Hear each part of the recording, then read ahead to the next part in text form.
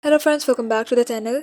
In this short tutorial, I'll quickly show you how to fix the camera problem on your Itel A200 Plus device. Just follow the steps shown in this video and solve the issue to get your camera working again. If this video helps you, please like the video and subscribe to the channel. Now let's get started.